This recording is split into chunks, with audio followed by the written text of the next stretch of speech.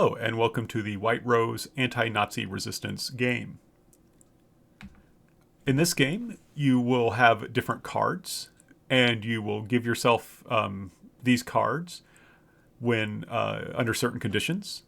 So, for example, if you are faced with a choice and you do the right thing, you'll gain a morality card, and that's represented by these German figures that symbolize different virtues. If you do the right thing and you do it effectively, so and in a way that no one notices you, you get a survivor card, and that's an image of European refugees during World War II. And this is a good thing. You want survivor cards, you want morality cards. If you try and do the right thing and things don't go well, you get a suspicion card, and you don't want suspicion cards, right? Those are bad cards. And you can see on it, those are when the Nazis would imprison people in concentration camps or in extermination camps. They would mark them in various ways so you could identify why they were there, and that's what is on that card. Now, the way that you determine whether you get a suspicion card or not is you will roll checks. And you do this by rolling 4 dice.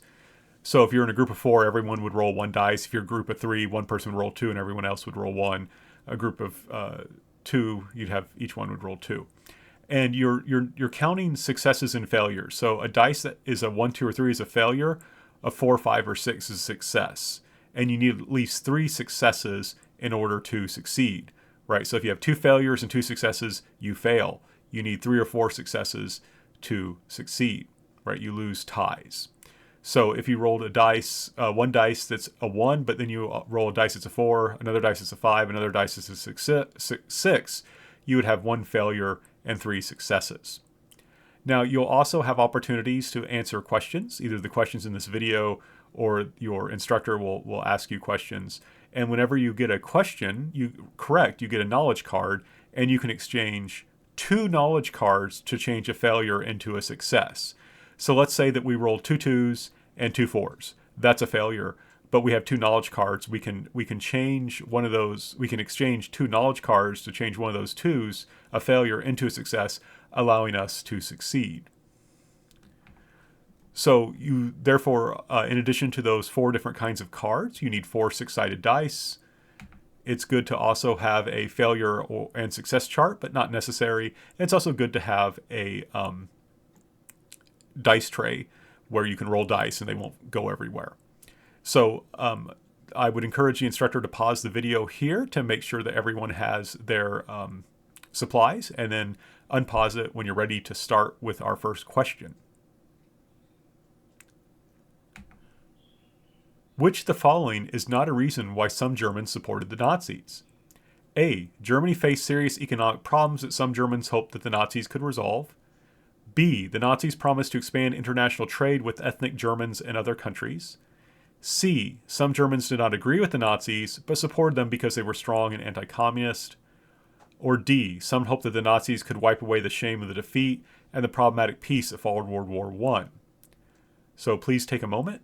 You may want to pause here, and I'll count from 3 before I'm ready to go on. So 3, 2, 1. And the correct answer was B. The Nazis promised to expand international trade with ethnic Germans in other countries. If you got that question right, give yourself a knowledge card. If you have 2 of those, that can be used to change a failure into a success. So in this game, you are playing in the 1930s in Nazi Germany, which is not a pleasant place to be. And you are friends with Hans and Sophie Scholl. They are an older brother and a younger sister who are in their teens, right? So it's 1930s Germany, and your friends are here. Hans is not in this picture, but the girl, the tallest girl there, that is Sophie. And I want to note, this may seem like an odd thing to note, but it'll be important later on. Please notice that she has brown hair, right? She has brown hair. Hans is a member of the Hitler Youth, and Sophie is a member of the Hitler Maidens, which is the girls' version of the Hitler Youth. They enjoy being members of these groups because they do a lot of fun things together with friends, and that's great. That's fun. But I should point out that it's mandatory to be members of these groups. You don't have a choice. You have to be a member. And your instructor at this point might want to play a video that talks about, though, that there are some problems with the Hitler Youth. So you may want to pause it here to do that. If not, you can just let it play and we'll talk a little bit more about some of the problems. So, though initially fun, the Hitler Youth and the Hitler Maidens, they go camping, they sing songs, they go on hikes, they do a lot of fun things together. But Hans and Sophie are starting to question it. It all seems rather mindless, that the people in these groups are not encouraged to think, they're encouraged only to obey. And they both like to think and learn, right? So that's something that they don't like, is that it seems all about just obeying. They also are unhappy with some of the rules. For example, this isn't just the Hitler Youth, but in Germany, the works of a Jewish poet named Heinrich Heine are outlawed, and that makes Sophie angry because she likes that poet, and she has Jewish friends, and they're not allowed to join the Hitler Maidens despite looking more Aryan than she does. So the Nazis had this idea that the ideal person would be what was called an Aryan, and that person should be white. And Sophie was white, but they should also have blonde hair and blue eyes. That was the ideal. And as I mentioned earlier, Sophie has brown hair, but her Jewish friends who weren't allowed to join had blonde hair and blue eyes. And so it didn't make sense to Sophie. If we think, that having blonde hair and blue eyes is ideal, why is it that that they're criticizing Jewish people when these Jewish people have blonde hair and blue eyes and aren't allowed to join the Hitler Maidens, right? So she could see that there was a lot of kind of logical contradictions and problems.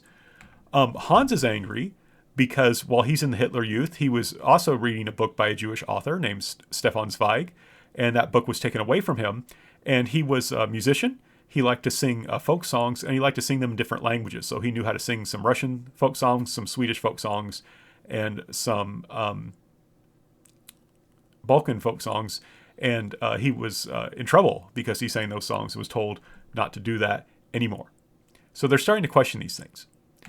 Now, as Hans grows older, he becomes a leader in the Hitler Youth. He can't just quit. And he creates a flag for the unit he leads to try and inspire them and to unify them. But a higher ranked leader says that the flag is against the rules and wants to take it away. And Hans resists. Your friend Hans is resisting this. My understanding is that literally they both had their hands on the flag and were like pulling it back and forth. So now your group needs to make a decision. Are you going to help Hans resist, or are you going to stand and do nothing? Right? Are you going to help your friend try and keep the flag, or are you going to stand and do nothing? So you may want to pause the video for just a second so that people can make a decision. If you decide to help, make a check. So you should roll all 4 dice, and remembering that a 1, 2, 3 is a failure and a 4, 5, 6 is a success. And the instructor may want to pause here and pause when I announce these things so that students can get their dice rolled and we can figure out what happens. All right, if you had 3 or more successes, you succeed, otherwise you fail. If you resisted successfully, basically the higher ranked leader respects you because they do respect toughness, and you showed that. So you would gain a survivor card and a morality card. If you resisted but failed, the instructor, or not the instructor, the leader says, oh, this is a bad person. I need to watch them. They're not really trustworthy as Nazis. So you gain a suspicion card and a morality card, right? You did the right thing, but you gained, but people noticed and looked badly at you for that.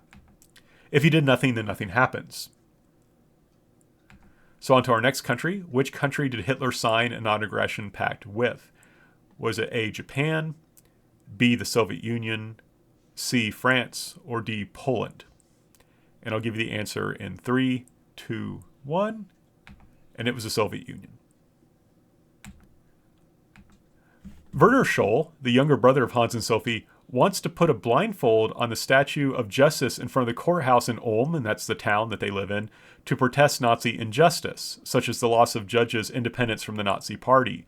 So, for example, in Nazi Germany, judges did not take an oath to the law or to the Constitution. They took an oath to Adolf Hitler. And so they were basically becoming not actual justices who considered the law, but just people who did what Hitler wanted them to do, what the Nazis wanted them to do.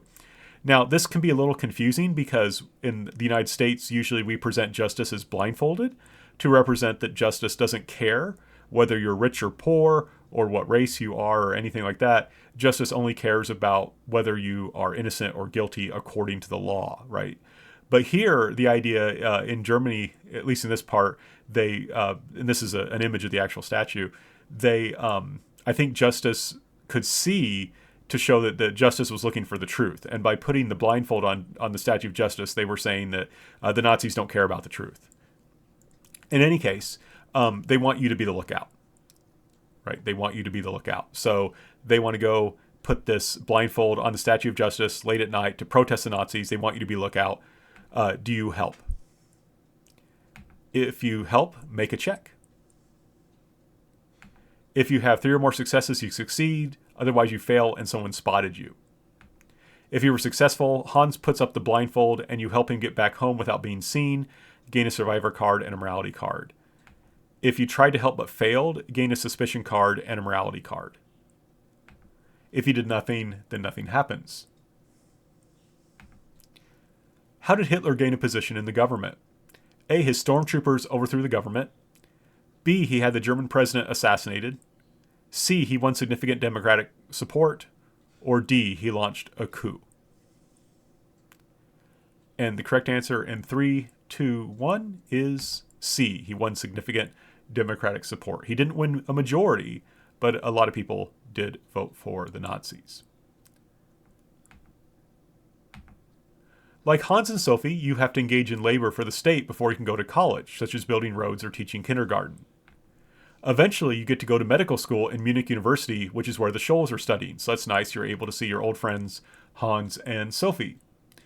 You and the Scholls make friends with people from many different backgrounds, including Alexander Schmorell, who was Russian Orthodox. His parents had fled from Russia during the Russian Revolution and immigrated to Germany. So he was raised in Germany and speaks German, but he also speaks Russian. Christoph Probst, who was a Catholic, and Willy Graf, who had a Jewish stepmother. So even though he's not technically Jewish himself, he was sympathetic. And during this time in Germany, there was often religious divisions. So the fact that you have these people of different religious backgrounds and connections coming together shows a kind of diversity. And they discuss, you discuss with your friends what you need to do when living in a time of dictatorship, right? What is the moral demands on us if we live during a time of dictatorship? And they are inspired by the Catholic Bishop of Münster, Bishop Clemens August von Galen, who openly criticized the Nazi euthanasia program. Basically, the Nazis, they saw helping disabled people, especially severely disabled people, they saw that as a waste of resources and were secretly killing them. And so this was found out, and this Catholic bishop publicly, openly criticized the Nazis for this. And your friends are inspired by this. They decide to borrow a typewriter and make a leaflet criticizing Nazi rule and calling for people to resist. The leaflet entitled Leaflets of the White Rose, they're going to copy that using a ditto machine and mail it to people, getting their addresses from the phone book. So this is all a very difficult process, and there is a video that you could have your instructor play, or I'm going to say a little bit about it, but we're used to having instant communication where you can just use a cell phone and you could send a message to literally thousands of people with no problem, and it wouldn't cost you really much of anything, and you could do it very quickly. But they have to write out the leaflet, decide what they want to say, then they have to type it up on special paper, and then they would have to use a machine that makes copies by hand, and then they would have to fold them up, put them in an envelope, address the envelope, put a stamp on it, and then mail it.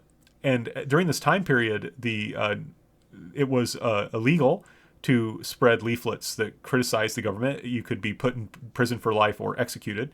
And so it's very dangerous. And the problem is, because it's all physical, for one thing, if you go around buying a bunch of stamps or buying a bunch of paper, people will start asking questions. So you could only buy a little bit. You'd have to go to a lot of different stores and buy a little bit of paper. And also, you would have all this stuff in your room, right? And so it would be very easy to catch. So you have to ask, are you going to help with this process? Are you going to take on this dangerous and difficult job of writing and copying and distributing these leaflets to people, knowing that doing so can get you thrown in jail for life or even executed? If you decide to do this, make a check. If you have 3 or more successes, you succeed and gain a survivor card and morality card. Otherwise, you fail. If you tried to help but fail, gain a suspicion card and a morality card. If you did nothing, then nothing happens. What were the Nuremberg laws? A. Laws that mandated that all inferior people be sterilized. B. Laws that stripped German Jews of citizenship and made it illegal for them to have sexual relations with non-Jewish Germans. C. Laws that made the membership in the Communist Party a capital offense, meaning you could be killed. Or D. Laws that required that all Germans become members of the Nazi Party. And the correct answer in 3, 2, 1 is B. Laws that stripped German Jews of citizenship and made it illegal for them to have sexual relations with non-Jewish Germans. More people joined the group, including Munich architect Manfred Eichemeyer. He has an isolated studio where he will let students meet and store duplicating equipment and supplies. And that's nice because eventually they're going to get a better duplicating machine, like the one that you see there. You see a crank. Each time you turn that crank, it makes a copy. That's much easier than the other way of doing it. He discusses the bad things going on in Nazi-occupied territory, which is included in the second leaflet. And you can see there a quote from that leaflet. We would like to mention, by way of example, the fact that since Poland was conquered, 300,000 Jews have been murdered in that country in the most bestial manner imaginable. In this, we see a terrible crime against the dignity of mankind, a crime that cannot be compared with any other in the history of mankind. Jews are human beings too. It makes no difference what your opinion is regarding the Jewish question, and the Jewish question is basically how do Jews fit into Germany, and these crimes are being committed against human beings. The third leaflet calls for passive resistance and active sabotage of the government. The fourth leaflet criticizes Hitler and includes the line, "We are your bad conscience." Do you help with the production of these leaflets? If yes, make a check. If you were successful, gain a survivor card and a morality card. If you tried to help but fail, gain a suspicion card and a morality card. If you did nothing, then nothing happens.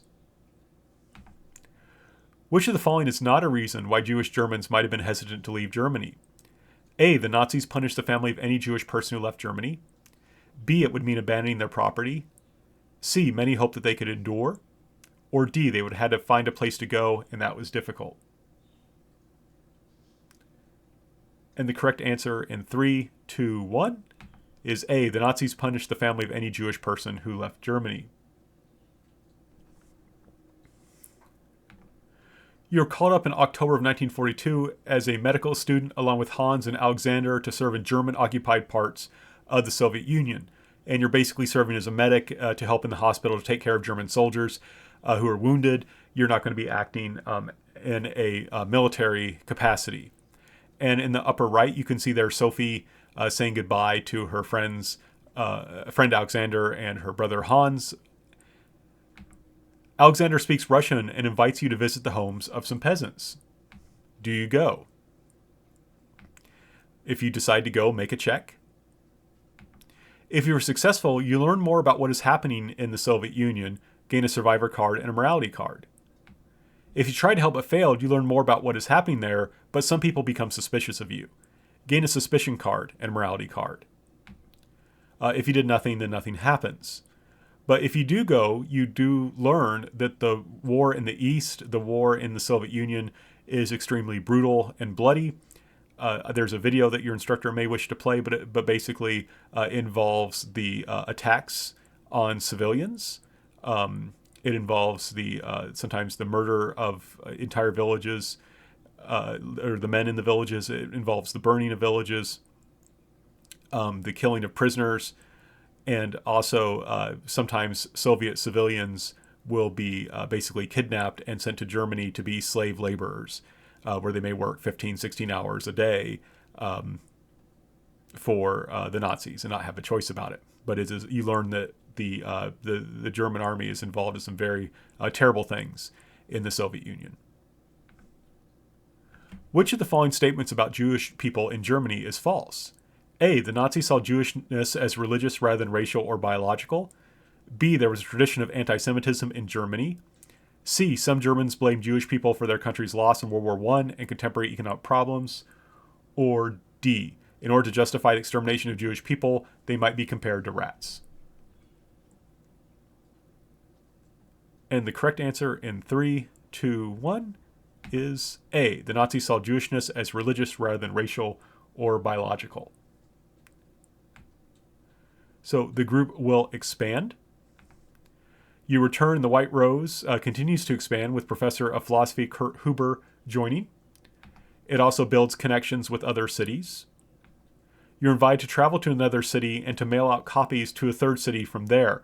So here's the problem, right? If you're in a city and you mail out these leaflets to people in your city, it's postmarked.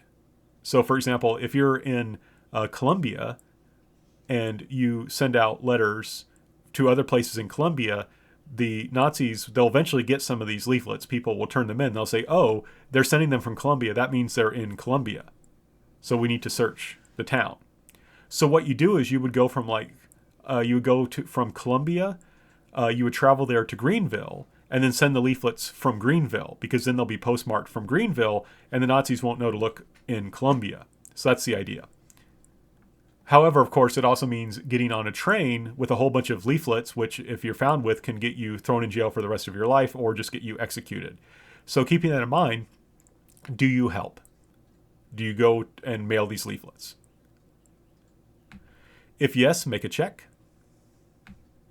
If you were successful, gain a survivor card and a morality card. If you tried to help but failed, gain a suspicion card and a morality card. If you did nothing, then nothing happens. Which of the following statements about Nazi Germany before World War II is false? A, Hitler would send troops into the demilitarized Rhineland. B, Hitler would expand the army and create an air force in violation of the Versailles Treaty. C, Hitler would invade Denmark. Or D, Hitler would annex Austria and seize much of Czechoslovakia. And the correct answer in 3, 2, 1 is C, Hitler would invade Denmark. A sixth leaflet is being written by Professor of Philosophy Kurt Huber. Hans, Alexander, and Willy feel they need to do something now. They want to paint slogans "Freedom," "Down with Hitler," and "Hitler the Mass Murderer" on the walls surrounding the university. Do you help? If yes, make a check. If you were successful, gain a survivor card and a morality card. If you tried to help but failed, you were seen, gain a suspicion card and a morality card. If you did nothing, then nothing happens. And that is some of the graffiti that they wrote right there. It's been partially washed off. Which of the following is not a reason why France and Britain were hesitant to go to war with Germany? A, there was some thought that Hitler's demands before the invasion of Poland were reasonable. B, the memory of the horrors of the Great War, that is, World War I. C, the United States was neutral. And D, they were not sure which side the Soviet Union would be on. And the answer is 3, 2, 1 is C, the United States was neutral. So Hans and Sophie go to distribute the sixth leaflet during classes at their university. So basically, it's a little bit complex, but typically you weren't supposed to be in the hallway when class was going on. You were supposed to be either in class or not in the building. So Hans and Sophie sneak into the building and just walk around, and wherever they can find a place to put a leaflet, they put a leaflet. And there's a picture of Hans and Sophie there. And they put leaflets everywhere, and they still have some left. So Sophie goes to the balcony, pictured here, and then throws the leaflets out in a dramatic display of freedom. They live in a repressive government, and she wants to have that kind of freedom to do something like that. And she throws all the leaflets from the balcony, and they flutter down, and it would make a great movie scene. The problem is, though, that this leads to them being caught. The janitor of the building, Jacob Schmidt, spots them and informs the Gestapo. The Gestapo, you could think of them as the secret police. You could also maybe call them the thought police. But they are going to lock down the building and arrest Hans and Sophie. They collect all the leaflets, and they fit neatly into their suitcase. Hans actually had on him a draft of a leaflet written by Christoph, who I mentioned earlier. He tries to tear it up so that he won't be implicated but is caught. Their rooms are searched, leading to the discovery of more evidence, including stationery, a ditto machine, and paint, such as the kind that was used for the graffiti. Unfortunately, also, Sophie kept an account book with the names of the other people in the White Rose. So if you're ever a member of a secret society, it's probably not a good idea to write down people's real names. But everyone mentioned so far is eventually found and arrested. So except for those authors I mentioned at the beginning, like all the professors, all the various people, Alexander, Christoph, all of them, everyone mentioned so far is eventually found and arrested. Give yourself 2 suspicion points. So here are the mugshots. That's, I believe, Hans, and then, of course, Sophie on the right, and then at the bottom you have Christoph. And at trial, Sophie says, "What we have said and written is what so many people believe, only they don't dare speak up." Her father says, "There's a higher law before which we all must stand." He himself would be arrested by the Nazis for listening to illegal foreign radio broadcasts. They are all, but Sophie and her Hans and Christoph and others are found guilty. And Sophie and Christoph and Hans will all be executed by guillotine, right? And that's an example of the German-style guillotine that would have been used to decapitate them. That's how they're executed. And they're executed shortly after their sentence. Before they're executed, the prison chaplain, who is sympathetic to them, quotes the Gospel of John, saying, "Greater love hath no man than this, that a man lay down his life for his friends." Now, copies of the 6th leaflet will be smuggled out of Germany, and the British will make millions of copies of them, and they will drop them over Germany. And this is an image from a graphic novel about the White Rose. So at least, even though they died, their message is going to reach a very wide German audience. So now we need to see what happened to you. So you need to count your survivor and suspicion points. So I would encourage the instructor to pause the video here and help the students get their totals of their survivor and suspicion points. So if you have more survivor points than suspicion points, you escape arrest and survive the war. Fortunately, the others do not inform on you. If you have the same number or more suspicion points than survivor points, you need to make a check. So you roll 4 dice, same rules as before. If you have at least 3 successes, you are arrested but only sentenced to hard labor for lack of evidence. If you have less than 3 successes, you are arrested and executed. Now we need to determine how you feel about your actions, so please count your morality points. And you may want to pause this while the students do this.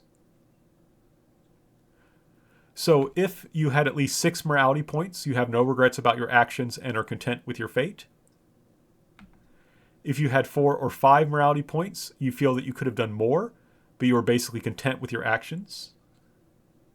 If you had 3 or fewer morality points, you are a broken person racked with guilt. Reflections. What was your fate at the end of the simulation? Do you think that was an appropriate result considering your actions? Why or why not? What did you learn about German anti-Nazi resistance from this simulation?